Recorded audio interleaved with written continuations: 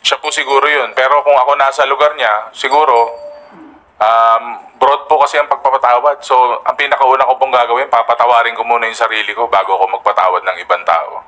Kasi pag napatawad mo na sarili mo sa mga pagkakasala mo o kung ano man nagawa mo masama, yan lang po yung panahon na makakapatawad ka na ng mga ibang tao.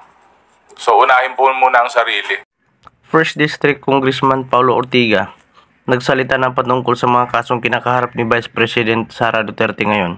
Ito yung sinabi ng isang mambabatas patungkol sa mga sinasabing patawarin muna yung sarili niya bago yung ibang tao. Thank you. For today's first question, may call on Kat Forbes from Radyo Pilipinas. Ay, good morning po, Kong Paulo. Hello. Kanina, sorry, dito po sa likod. Sorry po.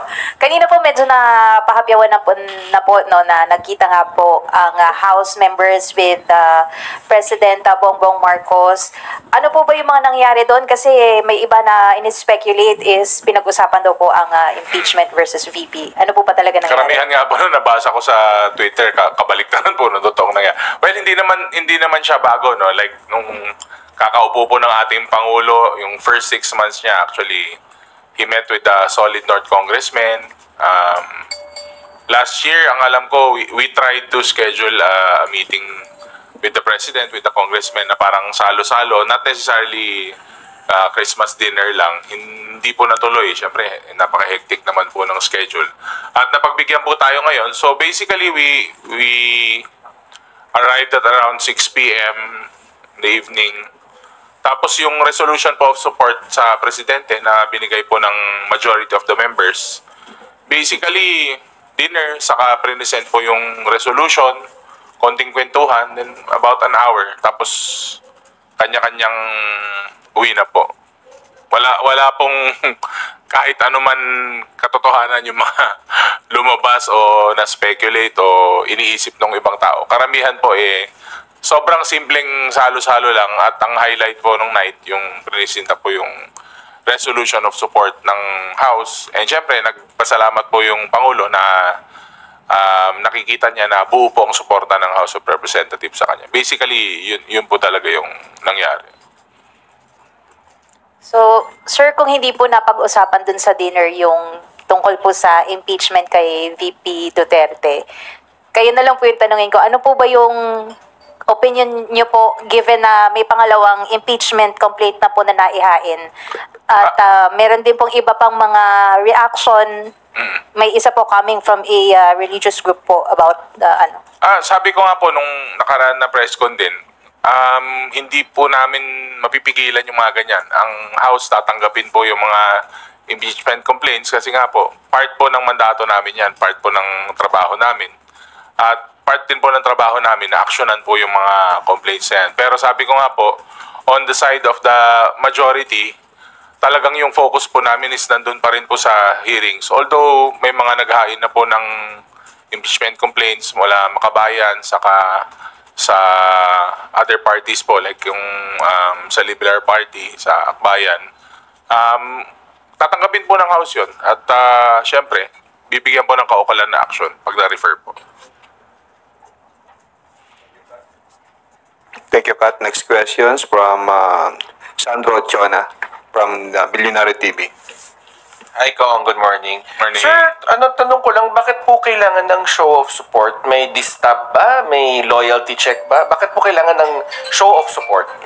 Hindi. Nag-resolution kasi tayo sa floor eh. So, usually naman po pag resolution, wala naman pong distab, pero nakita nyo naman po yung threats nung sa ating Pangulo. So, I think it would warrant any kind of support, formal or informal. Pero this time, syempre, sa local government nga po, pag may mga resolution of congratulations, kami po sa local government, dinadala pa po namin dun sa mga pinagbibigyan namin. Ano pa kung Pangulo po yung binigyan ng resolution of support? Syempre, mas may weight din po yun. Thank you. Melalis Moras from PTV4. Hi, good morning po, Kong. Kung unahin ko lang, no, for the record, kasi isa sa yung mga tinututukan ng House Media, yung mga hearing, meron po bang Quadcom meeting, special meeting, hearing, at may info rin ba tayo sa good government? Ano po bang, kailan po ba yung next hearings dito sa dalawang malaking mga committees na ito? Actually, ongoing ngayon yung sa nagsuspend lang yung quad, nasa People Center kami. Sabi ko, Chair, pwedeng pa suspend kasi may press con ako. Hindi, joke lang. Hindi, lang kanina na suspend lang kasi may mga hinahabol pa. Pero medyo makapal po yung mga house bills po na pumasok sa ating quad. Sabi ko nga po, parang medyo may blessing nga po na hindi po intense yung mga meetings for this week kasi ang dami pong ihahabol yung mga measures, yung mga i-amen po. As in, patong-patong na nga po since tuloy-tuloy po yung hearings.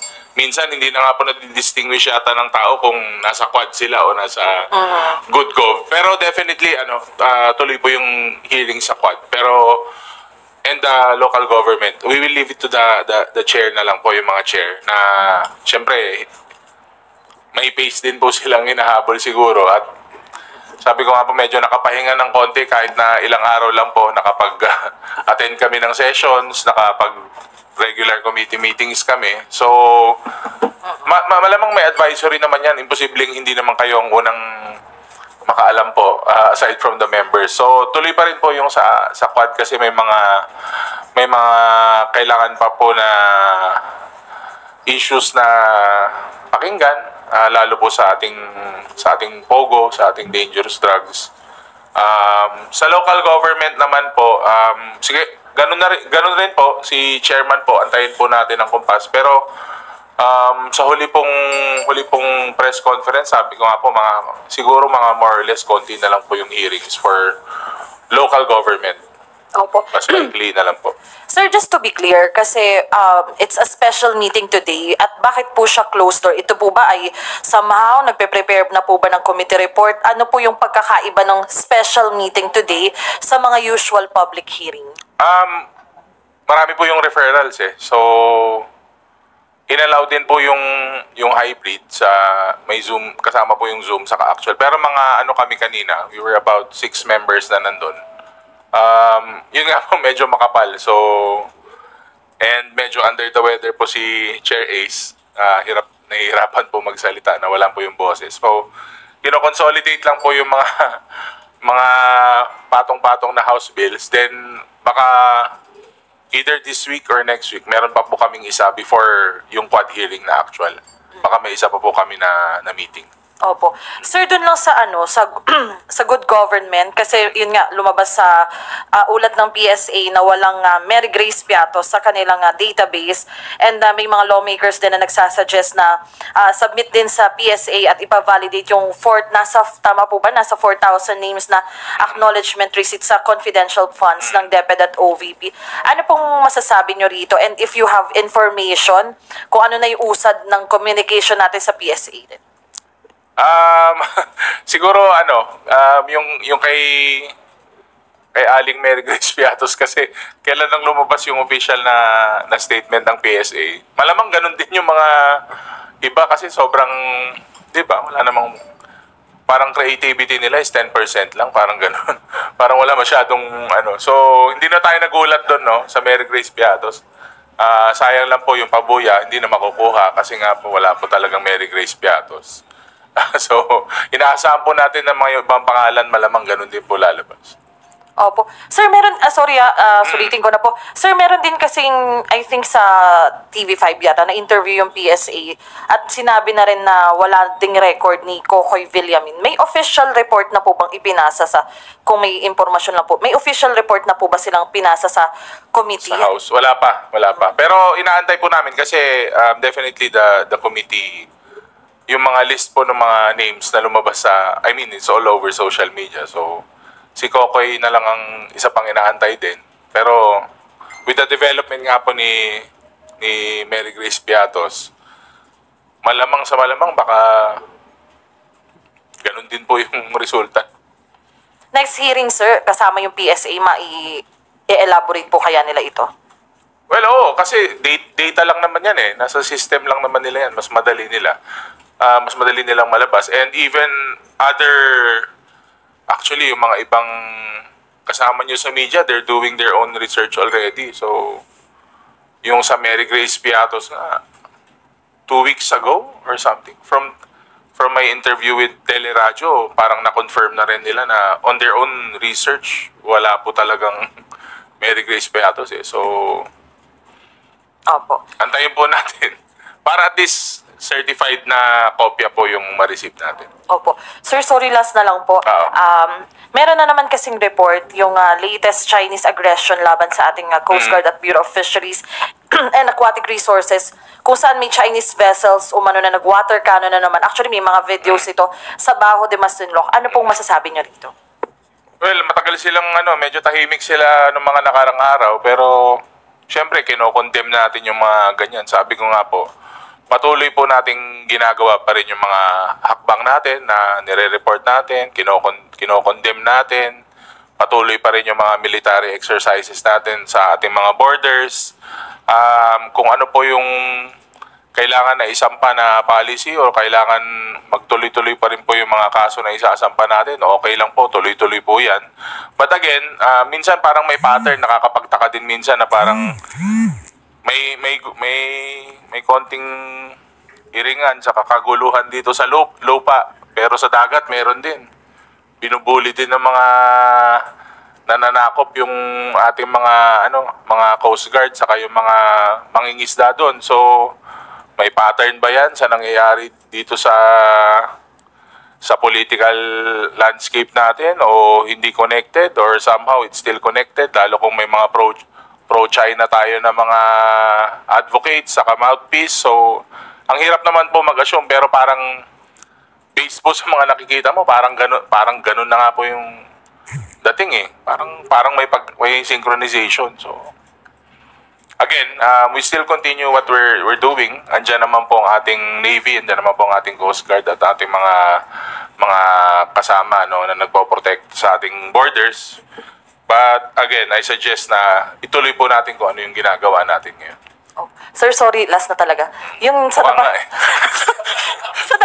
sa nabanggit niyo, sir, parang lumalabas, parang may natatiming at parang may parang natatabunan para matabunan. Ganun po ba yung ibig niyo sabihin? Ang hirap i-assume sa totoo lang, pero minsan ganun ang maiisip mo. Minsan pag binasa mo po yung mga comments sa social media, yung mga articles, parang ganun po patungo eh. Kasi syempre we have to look at the greater scheme of things, na hindi lang naman po yata yung politika sa local lang may konting iringan. Meron din pong konting tension sa global scene, which is yung issues natin with China, yung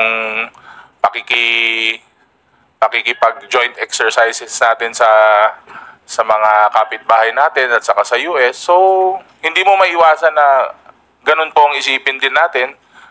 Although, pangkaraniwang tao nga po, saka yung mga kaibigan natin sa local governments, ganun na po iniisip, paano pa kaya pag nasa national scale ka na. Sana mali ako. Thank you po. Wala Kala na. ko man. Thank you. Vivian Gulia from ABS-CBN. Good morning, Kong. Follow up lang dun sa huling question ni Mela. Ano po yung sinasabi ninyo na gustong tabunan possibly gustong tabunan nitong incident sa West Philippines? Hindi po ako nagsabi nun. Wala akong sinabing tatabunan. Hindi, pero what I'm saying is na bakit pag minsan may mga insidente sa lupa, sa ground, tapos sa ating karagatan meron din. So, minsan di mo maiwasan mag-isip na are disconnected, kasi nga may mga nung ang nagkakaroon tayo ng intense na debate sa mga press con sa West Philippine Sea, nakikita naman po natin na meron pong mga ibang kasamahan. Hindi, ano ba tinatanong? Sir, hingi lang din ako ng more details on the fellowship dinner yesterday sa Palace. Ilang po ang mga umattend na congressmen? More or less, mga 200 Mga po ba? 200, oh. Around Opo. 200. And then may mga senador din po ba? Ano Wala. ba po yung no senators? Mga kong lang. And then sabi ninyo parang kabaligtaran yung nangyari dun sa Opo. mga nababasa ninyo online. Ano po in particular yung mga yan? Na po natin yung resolution of support. Nag-acceptance po yung presidente at syempre, he was very touched at saka malaking bagay po sa kanya na may suporta po yung House of Representatives. Pagkatapos po nun, dinner na. Nag-dinner kami, 30-40 minutes. Gusto niyo malaman yung menu? Yung timing lang, sir, parang after ma-file yung 2 impeachment complaints dito sa House. Hindi, normal yun na ganun talaga yung iisipin. Pero halos 2 taon na po na tinatry namin na magkaroon ng small get-together. Hindi lang sa Christmas. Actually, nung first year ko, meron po kaming ganun din. May small gathering kami. Pero nung sumunod na taon, wala po. Kasi nga, medyo sobrang busy po. At least nakasingit po ng schedule ngayon. Pero hindi nga po napag-usapan yung politika eh. More on ng nasabi ng ating Pangulo. Kung ano yung mga trabaho na ginagawa ng legislative, ng eksekutibo, magtrabaho lang tayo. Basically, umikot pa rin po dun sa statement, sa speech niya na binigay. Walang reiteration ng text message supposedly na Wala po. pinadala. Wala. Okay, and then ano yung status na, sir, ng impeachment complaint so far? If you would know kung na-refer na po or na-i-transmit na sa Office of the Speaker and your thoughts on the impeachment complaints filed so far, betrayal of public trust, and dun sa impeachment complaint filed by the Makabayan Bloc, parang mostly based on the yung mga napag-usapan sa hearings ng House. Confidential funds. Yes, opo. Hindi ko pa po nabasa actually kasi nga medyo galaw-galaw dito sa House eh. Pero nothing against mga final nila na impeachment. Karapatan po nila 'yon. Dapat nilang gawin 'yon kung gusto nilang gawin, if they see it fit na they will file the impeachment. Pero yung status niya po hindi ko Sorry. Hindi ko pa po alam yung status niya. Basta na-receive na po siya ng Office of the Secretary General. So, abangan po natin. Meron pa tayong 2 linggo dito sa House. So, yung impeachment na final po niya, hindi ko pa po talaga nabasa. Actually, based lang po sa mga report niyo pag nakikita ko sa Twitter. Ang hirap pag hindi mo tinitignan yung nagtatanong sa'yo. Parang may mali eh.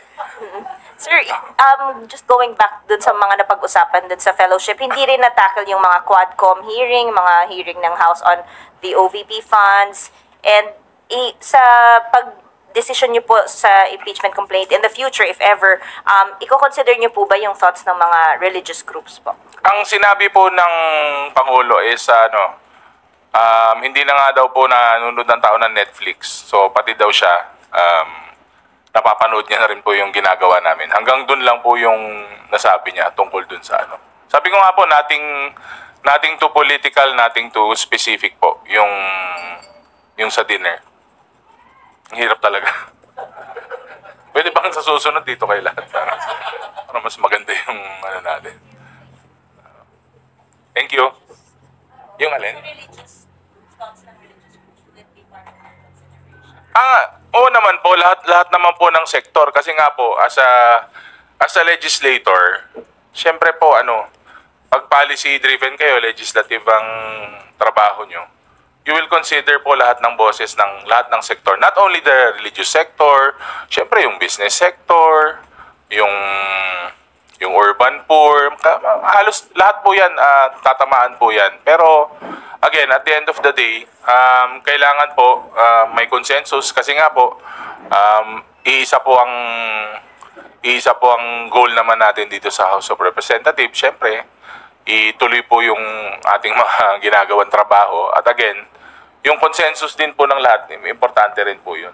Not only the congressmen and women, but all of the sectors, not only religious sectors. Thank you. Big Sumintok from Net 25. Kung I need to ask this question as follow-up doon kay Vivian regarding doon sa opinion ng religious group. Sir, being with the majority, naglabas nga ng statement ng INC na in full support doon sa posisyon ni PBBM regarding doon sa impeachment na dapat ang atupagin ay yung mga mahalagang problema ng ating bayan sa halip na impeachment. So ano po ang reaction po ninyo with regards to the statement of INC? Sabi mo nga kanina, Kuya Vic, no, may ilalabas na official statement po yung mga kapatid po natin sa iglesia. Siguro maganda rin po na mabasa rin yung magiging official statement nila.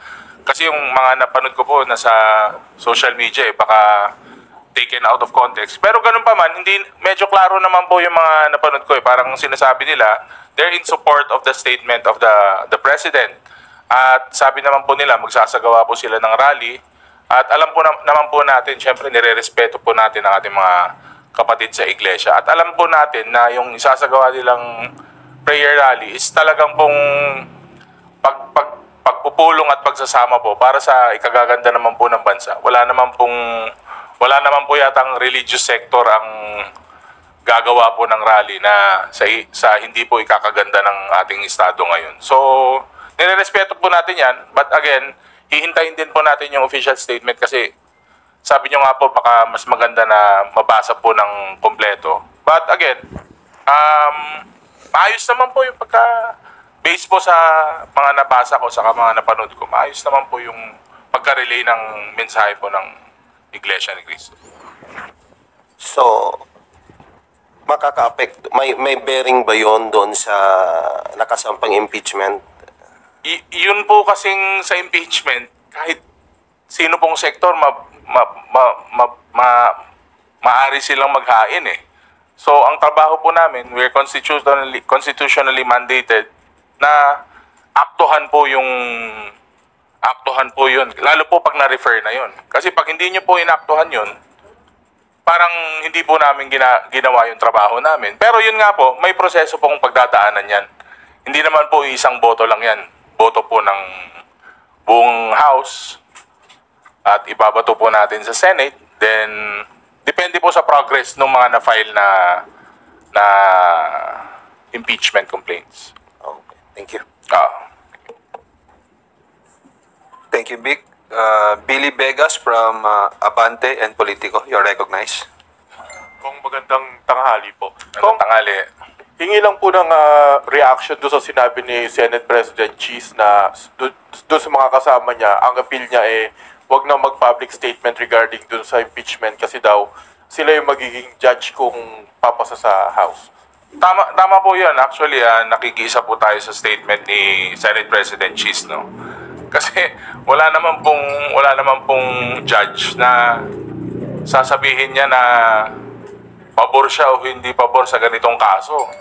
Kahit 10 judiciary kayo pumunta, wala pong judge na pupunta sa social media o sa live na o kaya man lang sa publication na sasabihin niya na hindi ako pabor sa ganito, hindi ako pabor sa impeachment, pabor ako sa impeachment. Wala pong gumagawa nun. So kaya nga po nagbigay po ng word of caution si Senate President. At tama naman po, yun naman po dapat ang gawin na if ever it reaches the Senate. Hingi na lang din po ng reaction sa sinabi po ni VP Sara. Ang sabi po niya, ang Pasko ay panahon ng pagpapatawad, pagmamahal at pagbibigay, forgiving, giving, and loving. Lagi ko pong sinasabi na depende yan sa tao, pero dahil ako ay Vice President, kailangan ko sabihin na yan ang mensahe at ang diwa ng Pasko. Pero kung ako, hindi ako magpapatawad, sabi niya po. Siya po siguro yun. Pero kung ako nasa lugar niya, siguro, broad po kasi ang pagpapatawad. So, ang pinakauna ko pong gagawin, papatawarin ko muna yung sarili ko bago ako magpatawad ng ibang tao. Kasi pag napatawad mo na sarili mo sa mga pagkakasala mo o kung ano man nagawa mo masama, yan lang po yung panahon na makakapatawad ka na ng mga ibang tao. So, unahin po muna ang sarili. para at least po makapatawad po tayo ng ibang tao. Merry Christmas. Thank you, Billy. Marian Enriquez from TV5. Go ahead with your questions, ma'am. Good morning, sir. Regarding lang po ulit dun sa Christmas dinner last night, kamusta po ba yung mood ng President? You mentioned na he was touched po, pero did you approach him? Were you able to talk to him? What did he say? Madami po kasi, pero inikutan naman po niya kami lahat. Nakapag shake hands naman po. Tapos, Ilocano kasi ako pag nagsasalita sa kanya. So, kinamusta ko lang siya, sabi niya. Okay naman daw siya. Siyempre, maraming trabaho. Saka medyo gabi na. So, baka pagod na siya from mula umagang pagtatrabaho hanggang ano. Pero ano naman, maganda po yung he was in a very, feeling ko malaking bagay na yung may nabigay po sa kanyang resolution na ganun. Parang kahit sino naman pag may na-affirm na support or tulong sa'yo, di ba? Parang magaang po sa pakiramdam. And it showed during his, parang yung thank you speech niya. Maganda naman po. Sige, thank you, sir. I understand hindi niyo po natakal. You made it very clear na wala pong napag-usapan tungkol sa impeachment. So, ano po ba ibig sabihin nito, sir? Parang conscience vote na ba ito? Kanya-kanya na po kayo? Hindi naman talaga klaro naman po yung Pangulo, no, na yung legislative saka executive may magkaiba po yun. Pero hindi naman po ibig sabihin na bahala na kayo sa buhay nyo. Hindi naman ganun sa tingin ko. Kasi kahit alam naman po ng lahat na kahit ano naman yan, syempre, presidente po yan ng bansa. Meron pa rin naman pong, mararamdaman po mo pa rin naman kung importante ba yung mga ganitong bagay sa kanya o hindi.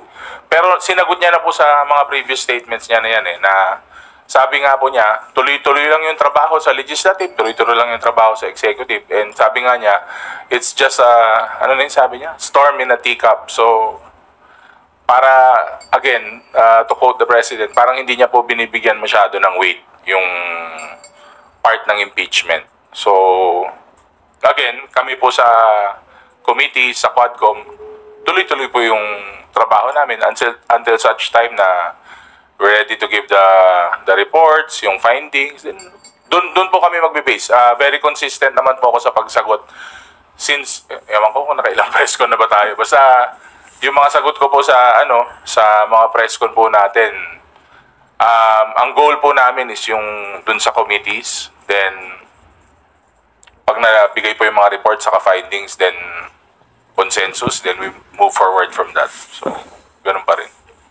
Sir, regarding po sa impeachment, yung Makabayan block, in-endorse po nila kahapon, isang ground na lang para mas madali, mas mabilis daw. Betrayal of public trust. I would like to read lang some of the acts. Tatlo lang din naman po yung sinight nila and mainly, doon nga po, based on the budget deliberations and the good government hearing, which you are very active po. Sinabi dito, betrayal of public trust, meron daw pong gross abuse of discretionary powers, dus nga sa 612 million confidential funds from 22 to 2023, gross disregard of transparency and accountability, making a mockery of the audit process, which you're very aware po dun sa fabricated nga raw ng mga liquidation reports. And lastly, yun po, yung kanyang hindi or refusal to recognize po itong ating congressional oversight sa pagkandak nga po ng mga hearings. Kayo po, sir, personally, ano po yung inyong pagtingin dito? Do you support po ito pong kanilang mga arguments? Lalo na po, narinig nyo naman na rin po lahat ng mga lumabas po dito sa pagdinig. Do you support po ba itong kanilang mga tinutulak na sa impeachment? Yun po kasi yung mga grounds for impeachment. So talagang iikot ka po dun sa mga sinabi mo na grounds for impeachment nila. Dun, hindi ka naman po makakapag-file kung wala sa isa dun sa mga nasabi mo. So, again, I haven't read it. Pero syempre, again, I'm a member of the majority. So, wala pa naman pong moves ang majority, wala pa naman po na pag-uusapan ng majority. So, I will support kung ano man po ang desisyon ng majority. But, hindi naman po natin sinasantabi yung ginagawa nila. Kasi karapatan po nila yan. So, sila po yung nag-file nun. Sila po yung nagsusuportahan for them. Mga grupo nila. last na lang, sir. May apila po yung isa sa mga nag-file yesterday. I think it's former Congresswoman Liza Masa. And she said na sana raw po yung mga lawmakers natin ay bumoto not in, hindi dahil sa kung dikta ng sino man or ng inyong political parties or, Definitely. Ganun naman po kami bumoto dito. Okay. For today's last question, phone in from Kenneth Basilio of Business World. Sir, as Deputy Majority Leader, what is the majority's stance on the impeachment complaints? Have there been any lobbying efforts to either support or dismiss the complaints? Wala pa po. Wala pa pong kahit ano. Talagang sabi ko nga po, we've been very focused with the hearings. Yun pa rin po ang goal doon pa rin po yung thread ng focus namin sa majority. Sabi ko nga po, marami pong lumabas na mga impeachable na bagay during the hearings pero hindi pa po namin napag-uusapan as a group and as the majority hanggang ngayon. So never pa po namin napag-usapan. Thank you, sir. Parting words before we conclude this press conference. Ano ba? Parting words. Hindi pa, marami pa tayong pagkikita. Tuloy-tuloy pa po. So, it will be the last 2 weeks of session bago po tayo mag-adjourn. So, tutok lang po sa mga susunod na hearings po natin in Congress. And again, we're just continuing our work dito po sa Kongreso at makakaasa kayo na ang Kongreso ay nagtatrabaho po para sa taong bayan. Maraming salamat. Thank you, Deputy Majority Leader and La Union 1st District Representative Paulo P. Ortega V for joining us today to everyone. Maraming salamat po ulit. Magandang tanghali.